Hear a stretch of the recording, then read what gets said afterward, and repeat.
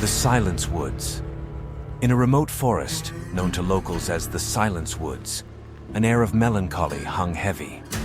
It was said that any sound uttered within its confines was swallowed by an impenetrable darkness. Most people avoided the woods, fearing the oppressive silence that enveloped the place. A group of young adventurers, however, decided to defy superstition and explore the Silence Woods on a moonlit night.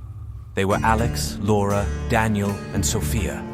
Armed with their lanterns and courage, they entered the woods with a mix of excitement and uncertainty. Initially, the experience was intriguing. The full moon cast mysterious shadows among the tall trees. The friends laughed and played, defying the silence and their own apprehensions. Yet as they delved deeper, they realized there wasn't a single sound of life. No rustling leaves, no owl's hoot, not even the whispering wind. They continued to explore, a gradual unease settling in. The shadows seemed denser, and the lanterns began to flicker as if responding to the woods itself. Laura suggested it might be time to turn back, but before they could reverse their path, a thick mist enveloped them, obscuring their vision. Lost in the mist, they became disoriented. When they finally emerged, they found themselves in a small clearing surrounded by ancient and eerie trees.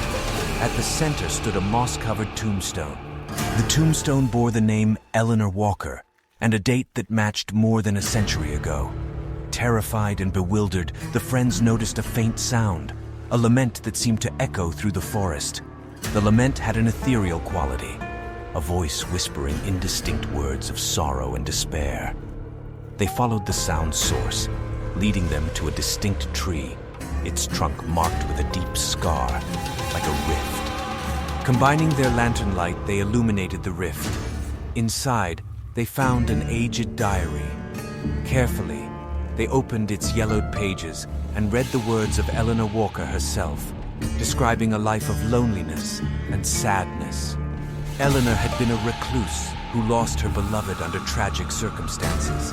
As they read, the mist seemed to intensify, swirling around them. Eleanor's words seemed to come alive, whispered by the wind.